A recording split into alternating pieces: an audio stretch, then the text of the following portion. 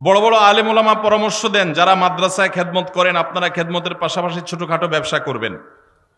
আমরা যারা হিফজ বিভাগে খেদমত করি, আমাদের ক্লাস রুটিন এমনভাবে সাজানো, এর মধ্যে অন্য কিছু করার সময় থাকে না, এবং আমাদের বেতন সব থেকে কম। এই টাকা দিয়ে সংসার চালাতে খুবই কষ্ট হয়। এখন আমাদের করণীয় কি? এই প্রশ্ন যে ভাই দিয়েছেন খুবই প্রাসঙ্গিক এবং খুবই প্রয়োজনীয় প্রশ্ন দিয়েছেন। আমাদের দেশে হিফজখানা শিক্ষকদের প্রতি অনেক ক্ষেত্রেই অবিচার করা হয়। এখানে অনেক মাদ্রাসার পরিচালক আমার ভাইরা আছেন, ওলামা একরাম আছেন। বিনয়ের সাথে বলতে চাই, মাদ্রাসার সংখ্যা, ছাত্রের সংখ্যা না বাড়িয়ে আল্লাহর ওয়াস্তে করজোড় করে অনুরোধ করি, কোয়ালিটি বাড়াবার চেষ্টা করেন।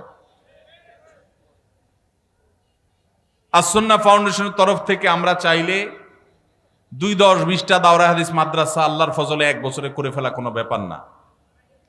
আমাদের একটা বাচ্চাদের মাদ্রাসা আছে, বাচ্চাদের, ঢাকা একটা ব্রাঞ্চ, কুমিল্লা একটা ব্রাঞ্চ। ঢাকায় 600-650 ছাত্র আছে। আমরা চাইলে ঢাকায় আল্লাহর ফজলে 5-10টা ব্রাঞ্চ খুলে ফেলতে পারি, কিন্তু আমরা খুলি নেই। কেন? একটা দিয়েছি, বছর 3 হচ্ছে, আরো 1-2 বছর 3 বছর এই মাদ্রাসার শিক্ষকদের একজন একজন করে ঘষা মাজা দিয়ে তাকে আমরা যেই শিক্ষকের স্বপ্ন দেখি, আমরা ছোটবেলা যে উস্তাজদের দর্দে দিল অনুভব করতাম, সেরকম উস্তাজ গড়ে তুলব, সেরকম মোহতামিম প্রিন্সিপালকে গড়ে তুলব, অভিভাবকদেরকে গড়ে তুলব, আল্লাহ তৌফিক দিলে ইনশাআল্লাহ। এরপরে আমরা ব্রাঞ্চ খুলব, এবং চাইলেই বড়দের মাদ্রাসা করতাম। অনেক আলেম আছেন ছোটদের মাদ্রাসা করতে চান না, দাওরায়ে হাদিস খুলতে চান, ইফতা খুলতে চান, নিচের দিকে খুলতে চান না। আমরা উল্টা, আমরা বলি আমরা নিচের দিক থেকে গড়ব। একদম ছোট বাচ্চা নেব, জীবনে কোনো স্কুলে কোনো মাদ্রাসা যাই নাই, ওকে নিব, এই কাদামাটিকে আমার মতো করে আমি গড়ব। এই ছেলেই এক সময় যুগের মুজাদ্দিদ হবে ইনশাআল্লাহ। আর আমি নিজ থেকে নানান বদভ্যাস এক এক মাদ্রাসা এক এক স্কুল থেকে এক একটা নিয়ে আসছে, ওই বুড়া বয়সে বাচ্চার পিছনে সময় দিব, ওইটা সময়টাকে আমরা নষ্ট সময় মনে করি। হ্যাঁ, তাদের পিছনে সময় দিতে হবে ভিন্নভাবে, কিন্তু আমরা কোয়ালিটি গড়ার চেষ্টা করি। ভাইরা আমার, যারা মাদ্রাসা পরিচালনা করেন, আল্লাহর ওয়াস্তে ছাত্র সংখ্যা না বাড়িয়ে, বলতে ভালো শোনা যায় 500 ছাত্র, 600 ছাত্র, দাওরায়ে হাদিস আছে, ইফতা আছে, আদব আছে, এই গাল গল্প না দিয়ে এইটা বলার চেষ্টা করেন যে আমার এখানে শিক্ষকদের বেতন 20-30 হাজার টাকার নিচে নাই, আমার এখানে পরিচ্ছন্ন পরিবেশ 5 স্টার 4 স্টার দরকার নাই, কমপক্ষে 2 স্টার মানের আছে। এটা বলেন যে আমার এখানকার বাচ্চারা, উস্তাদরা সবাই আল্লাহওয়ালা, তাহাজ্জুদ গুজার। এটা বলার মতো পরিবেশ গড়েন। সংখ্যা বাড়াবেন না। যেই পরিমাণ মাদ্রাসা এদেশে আছে, যদি কোয়ালিটি ভালো থাকতো, সঠিক থাকতো, এই দেশের চেহারা বদলাই তার কিচ্ছু দরকার হতো না। এই যে হিফজখানার উস্তাদদের বেতন কম দেন কেন রে ভাই? এই জুলুম। আমরা আমাদের মাদ্রাসা আলহামদুলিল্লাহ জিম্মাদার যিনি, তাকেও দেওয়ার চেষ্টা করি 70,000 টাকার বেশি মাসে। একজন মানুষ শহরে মিনিমাম চলতে যদি তার যা দরকার সেটা যদি আপনি দিতে না পারেন, তখন সে তো ডান বাম উল্টাপাল্টা কাজ করবে। তার ভিতরে আল্লাহর ভয় কম থাকলে আর দুনিয়া তাকে পরিবর্তন করার চেষ্টা করবে। এই জন্য হেফজখানার শিক্ষকদের আল্লাহর ওয়াস্তে তাদের বেতন বাড়াবেন। আর দ্বিতীয়ত হলো, এই যে হেফজখানাগুলোতে যে মারধর হয়,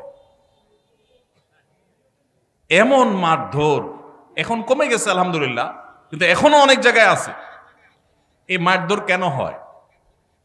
এর যদি 10টা কারণ থাকে, তার একটা কারণ হলো একই ওস্তাদ ওই ভোর 4টা বাজে উঠছে, রাত 10টা পর্যন্ত উনি বসে আছে। মানুষ তো বেচারা, এই ছেলে পড়া পারতেছে না, ওই ছেলে দুষ্টামি করতেছে, এই সবগুলো তার ব্রেনের উপরে প্রেসার পড়ে।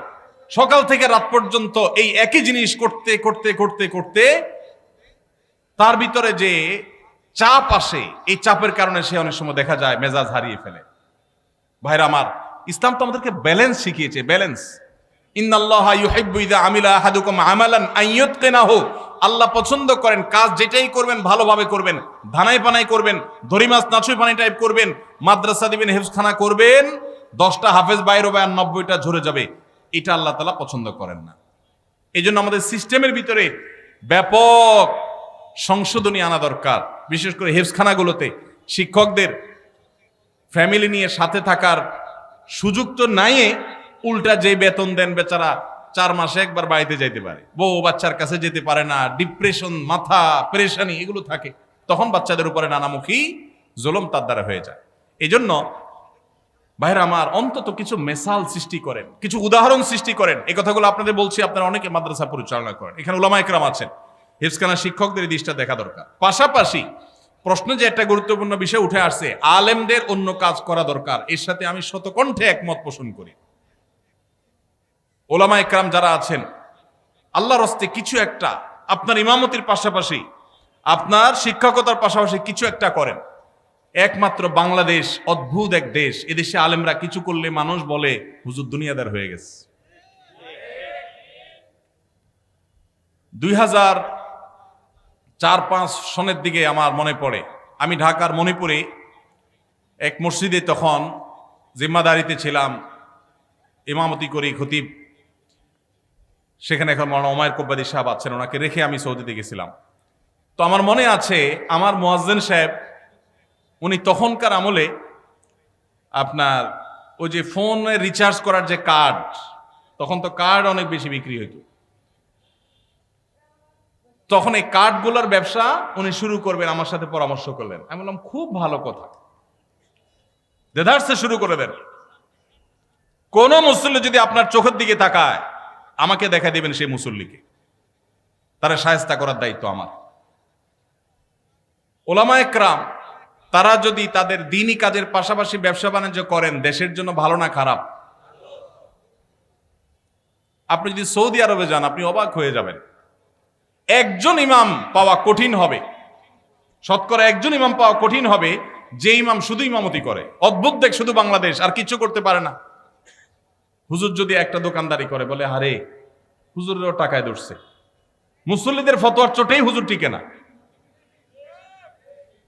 আপনি দেখবেন মসজিদুল হারাম, মদিনার মসজিদে নববীর ইমাম খতিব যারা আছেন, এমনকি মুয়াজ্জিন যারা আছেন, আমার জানা মতে একজনও নাই যে শুধুমাত্র এই হারাম শরীফের চাকরি করে। হারাম শরীফের মতো জায়গায় যারা ইমাম আছেন, তারা একজন মন্ত্রী পদমর্যাদার প্রটোকল পান, সরকারি বাসা বাড়ি, সৌদি আরবের মতো জায়গায়। এরপরেও দেখবেন হয় কোনো কোর্টের বিচারক ইমাম সাহেবরা, আর না হলে কোনো বিশ্ববিদ্যালয়ের শিক্ষক, সব পিএইচডি হোল্ডার, বড় বড় আলেম। মুয়াজ্জিন সাহেবরা কোথাও না কোথাও চাকরি করেন। হারামের একজন মুয়াজ্জিনের অফিসে আমি সাক্ষাৎ করলাম বছর 2 আগে, আব্দুল্লাহ সাইফুল্লাহ সাথে ছিলেন আমার। ওনার অফিসে গেলাম, এক বাংলাদেশি বলল যে হারামের অমুক মুয়াজ্জিন সাহেবের অফিসে আমি টি বয়ের কাজ করি, আপনারা কি দেখা করবেন নাকি? আমি বললাম হারামের মুয়াজ্জিনের সাথে দেখা করো তো সৌভাগ্যের, চলেন যাই। গেলাম, যা দেখি কোর্টে তিনি একটা টেবিল চেয়ার নিয়ে বসে কাজ করছেন, এটা চাকরি করতেছে। হারামের মুয়াজ্জিনই তো দূরের কথা, হারামের ঝাড়ুদারি করার সুযোগ পাইলে তো আমাদের দাপটে চলে বলতাম আবার চাকরি করে কি দরকার আছে, হাদিয়ে খাই তো কুলাবো না। আপনি যদি দারুল দেওবন্দ যান, আপনি দেখবেন দেওবন্দ মাদ্রাসার শিক্ষকদের কারোর হয়তো বুক বাইন্ডিংস এর দোকান আছে, কারোর হয়তো দাওয়াখানা আছে। আপনি পাকিস্তানে যান, দেখবেন যে এগুলো আছে। তারেক জামিল সাহেবের ওই যে কি এমটিজে, মাওলানা তারেক জামিল চেইন শপ করেছে। জোনায়েদ জামশেদ, তারও ছিল ফ্যাশনের দোকান। বাংলাদেশে আলেমদের এগুলো করতে দোষ। আমি আলহামদুলিল্লাহ দীর্ঘদিন থেকে স্বপ্ন দেখছি এবং স্বপ্নের খুব কাছাকাছি আমি অবস্থান করছি। ছোট ছোট করে এক বা একাধিক ব্যবসা একযোগে শুরু করব ইনশাআল্লাহ, উদ্বুদ্ধ করার জন্য। ওলামা একরামকে আল্লাহ তাআলা সাধারণ মানুষের দিকে যেন চেয়ে থাকতে না হয়, তাদের হাদিয়া নির্ভর যেন হতে না হয়, আল্লাহ সেই তৌফিক দান করুন।